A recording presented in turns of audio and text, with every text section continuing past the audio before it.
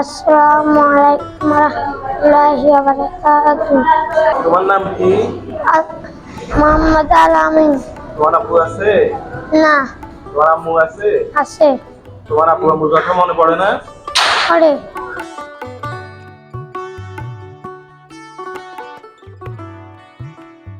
বাবা, কতদিন কতদিন দেখিনি তোমায়, কেউ বলে না তোমার মতো, কোথায় খোকা, আয় বুকে আয়।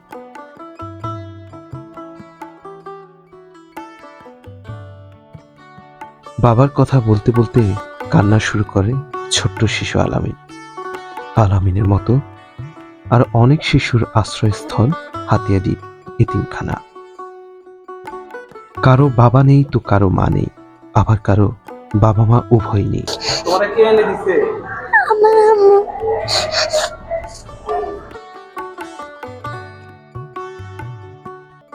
এই অসহায় শিশুগুলোর একমাত্র ঠিকানা হাতিয়াদ্বীপ এতিমখানা। এটি 1946 সালে প্রতিষ্ঠিত হয়। দীর্ঘদিন জরাজীর্ণ অবস্থায় ছিল এটি। সুব্যবস্থার অভাবে এতিমরা অনেক কষ্ট করত। একটা সময় এসে হাতিয়ার বিশিষ্টজনদের উদারতার ফলে এটি আজ দ্বিতল ভবনের এক প্রতিষ্ঠান, যেখানে থাকছে অসংখ্য শিশু। এই প্রতিষ্ঠান থেকে অনেকে পড়াশোনা শেষ করে আজ প্রতিষ্ঠিত। সকালটা শুরু হয় ওদের আরবি পড়ার মধ্য দিয়ে। সুমধুর কণ্ঠে তারা কোরআনের আয়াত তেলাওয়াত করে। শিক্ষকরা সর্বোচ্চ দিয়ে তাদের গড়ে তোলার প্রচেষ্টায় রয়েছে। পড়াশোনার পাশাপাশি শিশুরা বিভিন্ন ধরনের কায়িক পরিশ্রম করে। তারা খেতে বিভিন্ন ধরনের সবজি চাষ করে থাকে। এতিম শিশুদেরও ইচ্ছে করে রং নিয়ে খেলা করতে, তাই বিভিন্ন রঙের রঙিন কলম নিয়ে দেয়ালে তারা বিভিন্ন ধর্মীয় এবং নৈতিক শিক্ষামূলক লেখা লিখে। এই শিশুগুলো এতটাই অসহায় যে বাবা মাকে হারিয়ে কষ্টের সেই অনুভূতি ঠিকমতো ব্যক্ত করতে পারে না। পিতা মাতার কসম, ঠিক আছে? কোরআনের কসম, বুঝছো?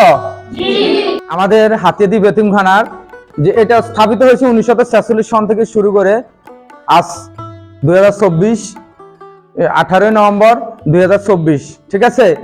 তো এখানের পূর্বে যারা হাতিয়াদ্বীপ এতিমখানায় যারা পড়াশোনা করে গেছেন, তোমাদের বড় ভাই এবং আমারও বড়, ঠিক আছে, ওনারা পড়াশোনা করে নিজে প্রতিষ্ঠিত হয়ে তারা বড় বড় অফিসার, কেউ ম্যাজিস্ট্রেট, কেউ তার জজ, তারা বড় বড় পদে কর্মস্থলে পৌঁছে গেছেন। সবার প্রতি আমার অনুরোধ থাকবে এবং তোমরা জানো যে এখান থেকে বের হয়ে বড় বড় magistrate, MBBS, doctor, pilot, engineer হতে পারো।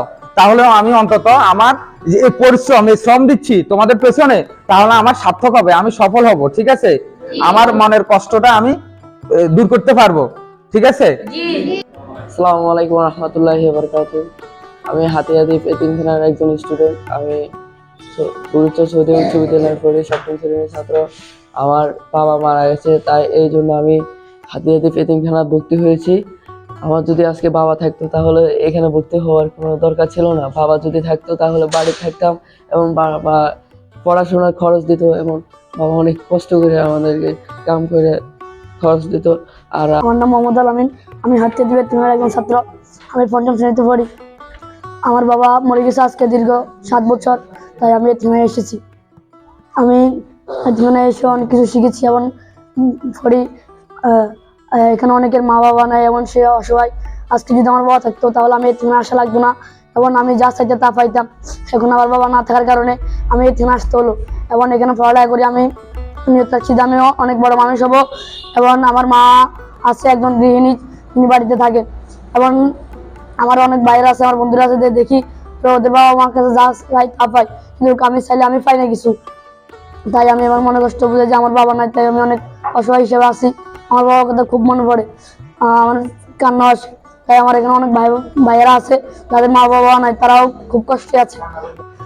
আসসালামু আলাইকুম, আমার নাম মোহাম্মদ ইদ্রিস। আমি এতিমখানার খেদমত করতেছি এবং 3 বেলা রান্না করতেছি। যারা খাই তারা সন্তুষ্ট হইতেছে। আসসালামু আলাইকুম ওয়া রাহমাতুল্লাহি ওয়া বারাকাতুহু।